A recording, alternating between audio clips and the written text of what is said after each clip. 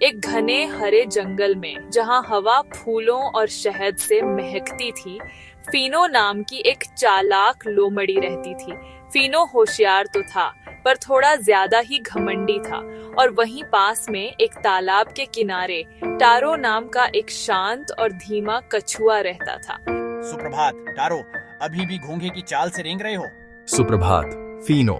धीमे कदम मुझे काफी दूर ले जाते हैं। मुझे कोई जल्दी नहीं है। जल्दी नहीं है? हाँ, अगर मैं इतना धीमा चलता तो मैं कभी कहीं नहीं पहुंच पाता।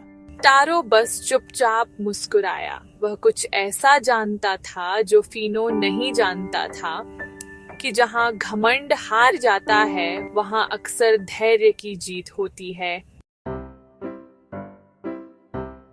दोस्तों, मेरे पास एक विचार है। चलो एक दौड़ लगाते हैं, मेरी और इस कछुए की।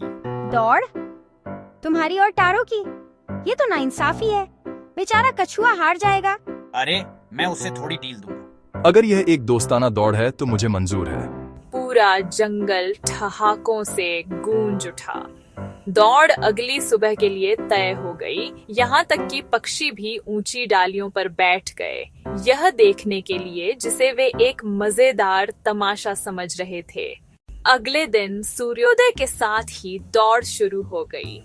शुरुआती रेखा पर फीनो ने अपने पैर फैलाए, जबकि टारो ने चुपचाप अपनी जगह ले ली। तैयार, सेट, जाओ।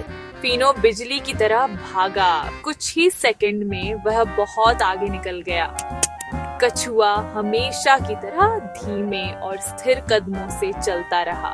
हाँ, वो खोल वाला तो मीलों पीछे है। मैं थोड़ी देर आराम कर लेता हूँ। फीनो एक पेड़ के नीचे सिमट गया, अपनी आंखें बंद की और जल्द ही खर्राटे लेने लगा। इस बीच टारो चलता रहा। एक एक धीमा कदम। रास्ता ऊबड़ खाबड़ था, लेकिन वह कभी नहीं रुका। अगर मैं बस चलता रहूं तो मंजिल खुद मेरे पास आ जाएगी। ऊपर बैठे पक्षी चुपचाप उसका हौसला बढ़ा रहे थे, उसके धैर्य की प्रशंसा कर रहे थे। घंटे बीत गए, सूरज ढलने लगा और टारो को आखिरकार दूर चमकती हुई अंतिम रेखा दिखाई दी। क्या बढ़िया नींद आई।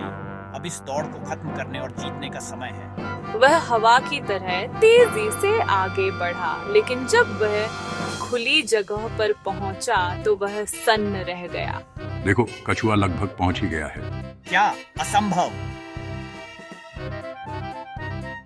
फीनो अपनी पूरी ताकत से भागा, लेकिन बहुत देर हो चुकी थी। एक आखिरी धीमे कदम के साथ टारो ने अंतिम रेखा पार कर ली। कछुआ जीत गया, कछुआ जीत गया। तुमने ये कैसे किया? मैं बस चलता रहा, जबकि तुम आराम करने के लिए रुक गए। धीमा और स्थिर फीनो, यही राज है। जानवरों ने टारो के लिए जयकारे लगाए। घमंडी लोमड़ी को भी अपना सिर झुकाना पड़ा। तुम सही थे टारो। मैं तुम्हारी धीमी चाल पर हंसा, लेकिन तुमने मुझे पूरी ईमानदारी से हराया।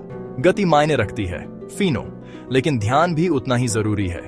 एक बुद्धिमान व्यक्ति कभी आगे बढ़ना नहीं छोड़ता। उस दिन से फीनो बदल गया। वह अभी भी तेज और चालाक था, लेकिन अब विनम्र भी था। वह टारो को भोजन इकट्ठा करने में भी मदद करने लगा और उसका सबसे अच्छा दोस्त बन गया। रात होते ही जंगल शांत हो गया। तारों के नीचे फीनो और टारो एक दूसरे के बगल में बैठे चांद को देखकर मुस्कुरा रहे थे। यह दौड़ कभी हमारे बीच नहीं थी फीनो, ये घमंड और धैर्य के बीच थी। और उस रात जंगल में सभी ने सीखा, धीमा और स्थिर ही दौड़ जीतता है।